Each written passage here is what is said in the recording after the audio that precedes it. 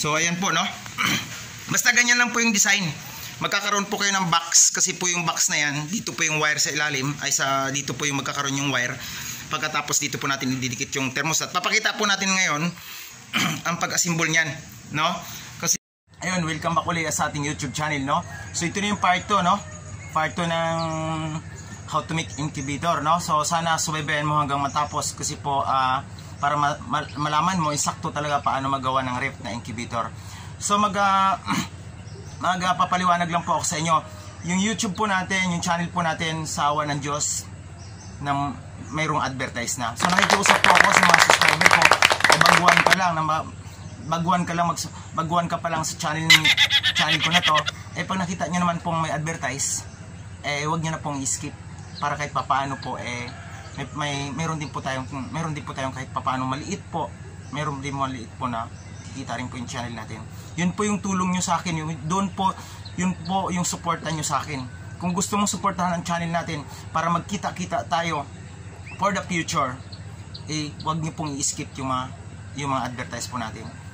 Pagbigyan nyo po sana na matapos yung advertise, para po kahit papaano magkaroon din po tayo, para magkaroon po tayo ng tulong, doon sa mga kapwa natin na may mga gustong magkaroon ng incubator, papaano magpaturo in person.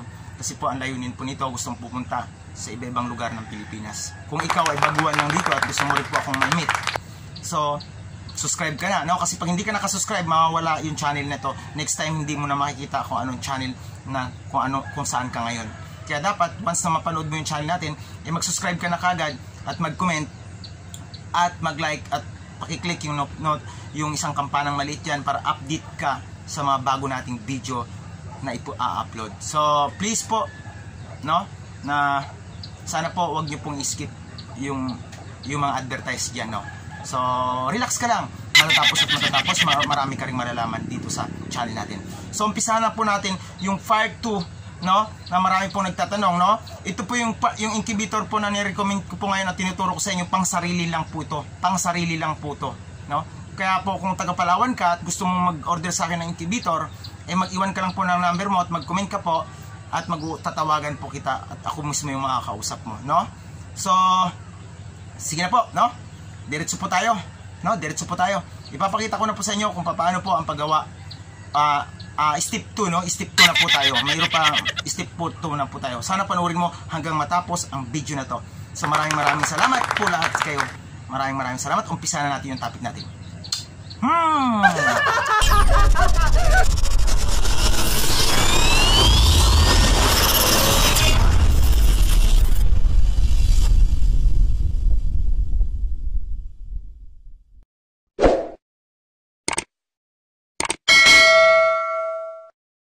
So ayan po, no.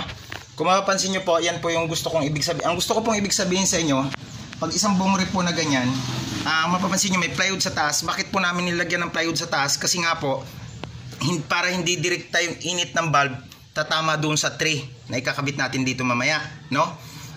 Tsaka ang purpose po nito sa taas ay hatcher yan. Dito, pag napansin nyo po na nag-crack na yung sisyo, ilagay nyo po dito kasi magkakaroon lang rin po daw dyan ng karton. So diyan po sa mga nagtatanong, no, bakit ko binablog yung automatic. So wala pong problema yan. Kung ayaw nyo ng automatic, wala pong problema. Di manual ninyo, wag nyo lagyan ng automatic. Pero itong automatic na to, mayroon po ito siyang on para doon po sa 2 weeks. Pwede mo na siyang paandarin. Ito po yung purpose niyan. Ito po. Wow! So ito siya. Ipapakita ko sa inyo kung saan ilalagay. Ito po, binutasan na po namin. Ayan po, may butas po yan dyan.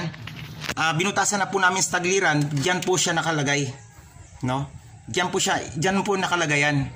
So siya yung magbabaliskad. Instead na nagbabaliskad pa tayo, ito na siya yung magbabaliskad, no? Ayan po, ipapakita po natin sa video. Ayan po yung tatak. Pinakita ko po yan sa part 1, no? So ayan po yung thermostat sa mga nagtatanong dyan. Ayan po yung thermostat. Ayan lang po yung pang-orderin nyo talaga, sir. Para makahanapan nyo lang po ng ganito. So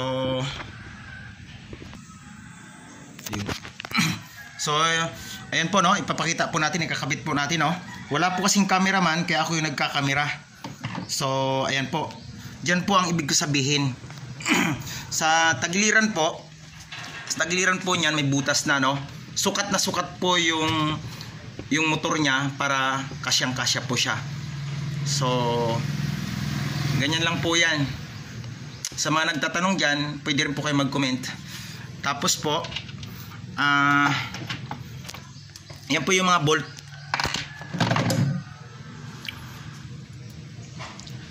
So yan po yung unang step sa motor nya.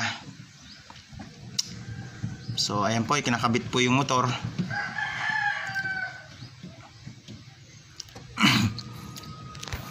Tapos po kakabit na po natin yung thermostat doon po sa sinasabi natin sa taas. Yung box, kung pisilipin po natin yung gitna niyan, bakante po yan. Magkakaroon yan po ng laman ng mga wire dyan, no? Ayan po yung design, dyan nyo po ilagay. Lagyan nyo ng box sa taas. So ibobolt nyo po.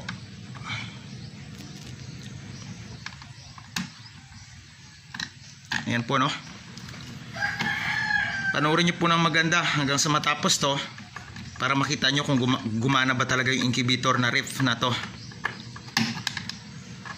Sir, baka nagtatanong po kayo bakit bakit automatic, no? So wala pong problema kahit matic o ano po, wala pong problema yan. Tapos po, kailangan po nating malagay muna yung thermostat. Good nyo ilalagay sa taas. Diyan po siya nakalagay.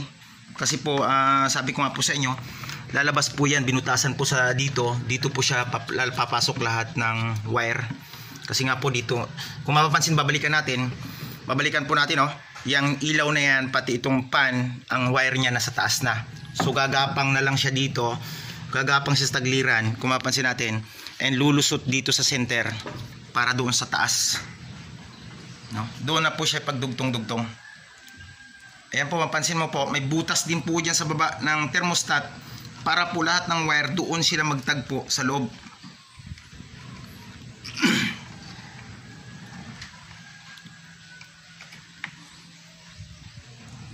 So pag taga Palawan ka at gusto mong mag-order ng incubator na ganito, mag-comment ka lang, mag-iwan ka ng number at tatawagan kita. Never po ako nag-iwan ng number na po dyan, nag-i-stop na po ako maglagay ng number dyan sa comment. Hindi po tulad na tayo po, baga privacy lang po natin, no? Privacy po lang natin yung para sa kabutihan din po ng vlogger. Ano ba, sa kabutihan din po natin. Ngayon po, kung gusto mo magtanong at magtanong sa akin at gusto mo yung ganitong klaseng incubator, just iwan ka ng number at sumabi ka na gusto mong bumili.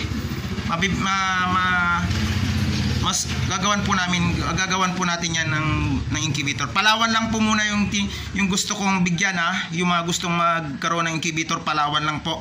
Hindi po labas ng Pilipinas. So kung labas ka ng Pilipinas, panuorin mo, no, ng step by step tong incubator na ginagawa po para matuto po kayo. Pero ang Palawan gusto pong bumili, mag-usap na lang po tayo, tatawag na lang po ako sa inyo. Iwan lang po kayo ng number, no? Kung mapapansin nyo po, lahat po ng kuryente na to, lahat po ng kuryente sa thermostat, itinatagos po natin dito po sa butas para po doon sa loob iko-connect po yan, no? Ito po kasi yan yung sa init po, yung thermostat po yan sa init. Kung mapapansin nyo po, magagandang klase po, mga magagandang klase po o kumpleto po ito, yung mga pinapakita po dito sa video na to, thermostat, at saka yung clock humidity, sino timer, mga magagandang klase po yan. Kasi po, kung talagang nagtatanong ko sa incubator, kumbaga po baka namahalan po kayo dyan, nire-recommend ko po talaga dito sa channel na to, kasi po talagang yung mga gandang klase na. So iyan po, no? Yan po yung itatagos po sa ilalim, no? Yan yung po nagmumonitor ng init. Siya yung nagmumonitor ng init. Doon natin po padadaanin sa likod, no? Doon natin papadaanin sa likod. Andiyan po natin ipapadaan para po tatagos siya sa ilalim. So ayan na po, siya magmumonitor ng init.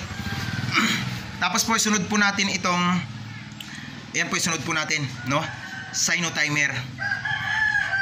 Gayahin nyo lang po, no, ang pagkalagay. Thermostat, sino timer.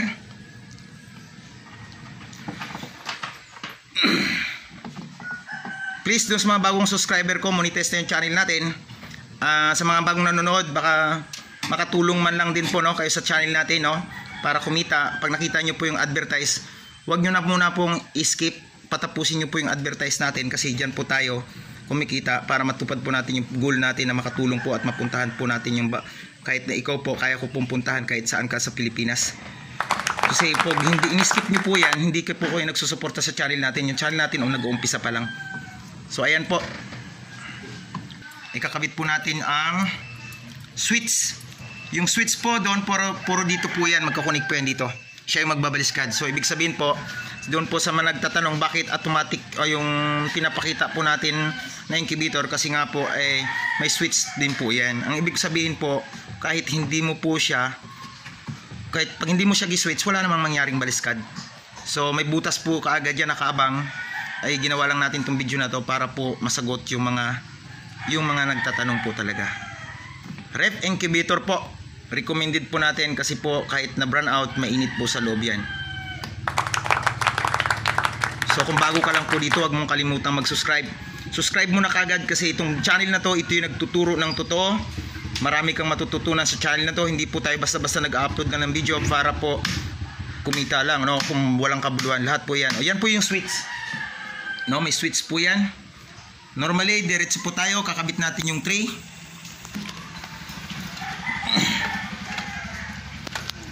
Yan po yung tray, no? Sa mga nagtatanong po kung anong sukat, kung ano pong sukat ng ref nyo na nakuha, yan na rin po yung kukunan nyo ng sukat. Kahoy po yan. Mga sir, nakakunik na lang din po yan para mabaliskad, no? Kahoy po yan.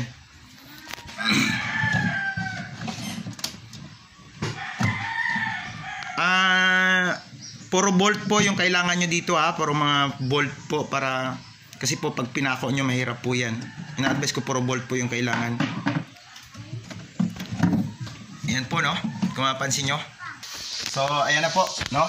Nabuo na po natin yung lalagyan ng tray. Kumbaga, ito po, no?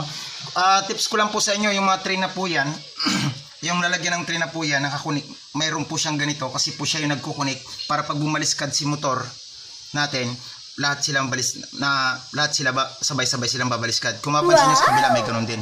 Yung mga bolt po nito, wag mahigpit para po kasi pag nag-iikot siya, mayroon naman siyang clearance. Ganun din po doon sa taas. Kung mapapansin niyo po, may wire lang po sa kabila kasi po kumbaga yan lang po yung wala po ngayong wala pong gumawa ng paraan para po mag-connect po siya sa taas, no? Yan po motor lang po muna ang pinapakita natin, no? Kung paano ang paglagay pag-assemble nito para maintindihan niyo po, no? So, kung papansin mo, titistingan natin kung iikot siya.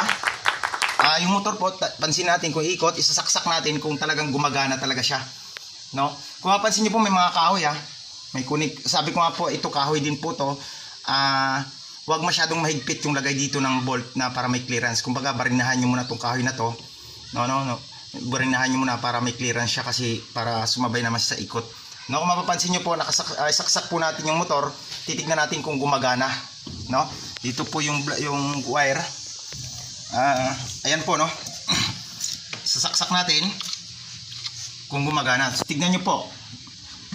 So, mapapansin nyo po, no? Gumagana po siya. Yan lang po yung ikot niya. Ganyan po siya mag-ikot, no? Mapapansin nyo po, umiikot po siya. So, okay po, no? Ibig sabihin, gumana po yung wirings natin, no? Okay po yan, no? So, ayan, no? Mapapansin nyo, nakakabit na po yung tray. So, nakakabit na po yung tray. Yan po yung mukha niya, no? Ganyan po yung mukha niya. Wow. So, kung mapapansin nyo po dito sa baba, kanina mayroong ganito, no? Mayroong siyang plywood na dyan nakaharang. Ang purpose po niyan, kaya may plywood na dyan, no? Para po sakali, no? Tanggalin po natin, yung hatch na sa taas, no? Pag nag-hatch ka na, dito mo nilagay. Ito po, yung plywood na ito, no? Pasensya na po, medyo makati yung lalamunan ng lingkod niyo. Ito pong plywood na to, haharang sa sisyo, hindi po mahuhulog sa ibaba, no? Hindi po siya mahulog sa baba. So, dyan lang po siya. In case po na sumobra o sumikip na po dyan, marami na pong sisyo, no? Pwede ka rin pong maglagay dito sa taas ng pahatch mo. Kasi once na pahatch na, halimbawa po nag-crack na yung sisyo, nag-crack na yung itlog niya, no? Kaya po sabi ko po mayroon tayong ganito. Ito po ay para dito sa nagbabaliskad. So, wow. Ang wirings po nito, next na upload ko na po, no? Medyo mahaba na po kasi yung video natin. So, ito po ay switch dito. Once nag-i-on mo, iikot po to siya. Iikot po to siya. So, pag in-off mo, hinto po siya ikot. So, kaya po, importante mayroon tayong switch on, no? Na nakakunik po dito. Diyan po siya nakakunik. Yung switch on na ito, dito lang po yan, no? So, kaya nga po, no? Magkakaroon ka ng ganito para iharang dito, no? Andyan po yung nakalagay. Once na mag-hatch ka na, hihinto na yung ikot nito. Halimbawa, lahat po sila nilagay nyo. Halimbawa, 90 po yan, capacity niya, no? Lahat po yan nag-crack na. So, pwede ka na po magpahinto ng ikot, no? Kaya yun po, pipindutin mo na po yung switch sa taas, i-off mo siya, yung switch po sa taas, i-off mo siya, and then pwede ka na pong mag-hatch dito, no? So ayan na lang po, no? Antabayanan nyo po yung next vlog natin para sa part 3. So pinakita lang po natin kung paano po yung pagbuo niyan. So normally ganyan po yung mukha niyan, at no, mayroon pong box dito sa taas, no? Dito po tatambak lahat ng wire niya para po ang mukha niyan ay malinis na po, no? So, see you next vlog, no? See you next video. Abangan nyo na lang po kung paano yung pag-wirings sa ref incubator natin ginawa, no? At kung hindi ka pa po nakasubscribe, please subscribe na agad para para next video hindi po makikita mo po yung next video natin, no? Bawat update ka po dyan sa ating channel. Kasi po pag hindi mo po subscribe, hindi mo na po ulit makikita yung channel na ito, no? So maraming salamat po sa mga subscriber natin at sa mga nag-abang. Ang tabayanan nyo na lang po yung next video natin, no? Maraming salamat po sa inyo.